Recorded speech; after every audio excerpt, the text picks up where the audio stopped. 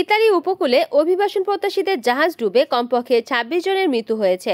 জীবিত উদ্ধার করা হয়েছে ৬০ জনকে। বুধবার ১৩ই আগস্ট দেশটির লাম্পাদুসা দ্বীপের কাছে ঘটে এই ঘটনা। কর্তৃপক্ষ জানায় এখনও অনেকেই নিখোঁজ রয়েছে, তাই তল্লাশি অভিযান অব্যাহত রাখা হয়েছে। তবে প্রাণহানি বাড়বে বলে শঙ্কা প্রকাশ করেছে কোস্টগার্ড। এক বিবৃতিতে ইতালির কোস্টগার্ড জানিয়েছে, বুধবার স্থানীয় সময় সকালে দ্বীপটি থেকে ১৪ মাইল দূরে একটি ডুবন্ত জাহাজ নজরে আসে তাদের। তারপরই দ্রুত অভিযান শুরু করে তারা। এ সময় ৫টি জাহাজ, ২টি এয়ারক্রাফট ও একটি হেলিকপ্টার নিয়ে চলে উদ্ধার তৎপরতা। অপরদিকে জাতিসংঘের শরণার্থী বিষয়ক সংস্থা UNHCR এর তথ্য অনুযায়ী লিবিয়া থেকে রওনা দিয়েছিল ৯২ থেকে ৯৭ জনের অভিবাসন প্রত্যাশী দলটি।